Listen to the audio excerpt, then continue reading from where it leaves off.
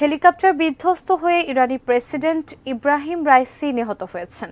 দেশটির রাষ্ট্রীয় গণমাধ্যম তার মৃত্যুর খবরটি নিশ্চিত করেছে।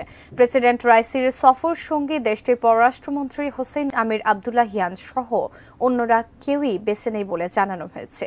ইরানি কর্মকর্তাদের উদ্ধৃত করে বার্তা সংস্থা রয়টার্স জানায়, বিধ্বস্ত হওয়ার পর হেলিকপ্টারটিতে আগুন ধরে সম্পূর্ণ ভস্মীভূত হয়েছে।